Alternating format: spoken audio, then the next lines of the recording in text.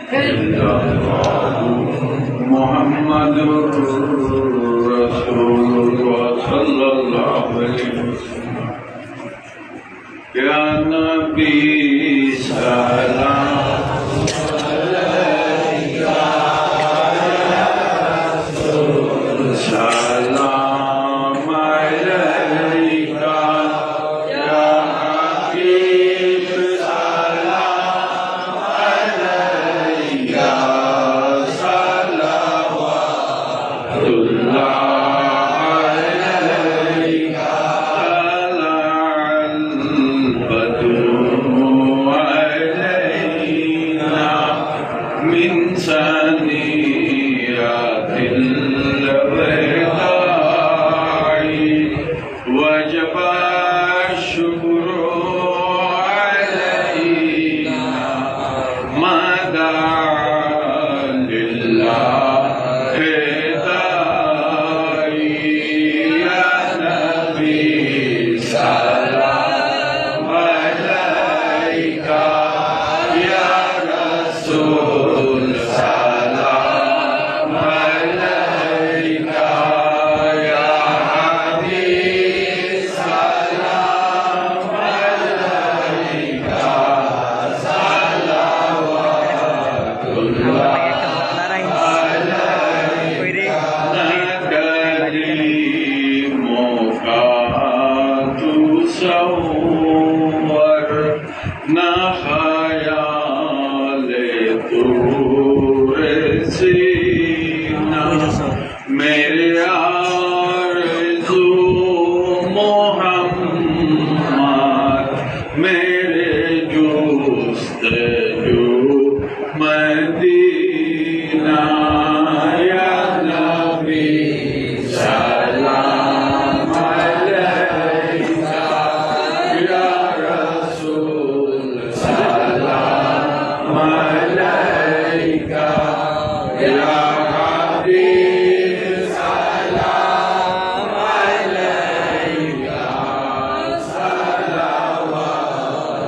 सलावतुल्लाह अलैका अर्शे का काबा मदीना फर्शों का काबा मदीना काबे का काबा मदीना जन्नतुल मावा मदीना या नबी सलाम अलैका या रसूल सलाम अलैका या हबीब सलाम अलैका सलावतुल्लाह अलैका रे गाहे रिसालत पे लाखों सलाम जलवा गाहे नबूवत पे लाखों सलाम गलूला पे कुमालिही कशफत दुजा पे जमालिही हसनत जमीनो फैसवालिही सल्लल्लाहु अलैहि ज़मीनो ज़मान तुम्हारे लिए मदीना मकान तुम्हारे लिए हमारे यहाँ तुम्हारे लिए उठेगी वहाँ तुम्हारे लिए बलगलुला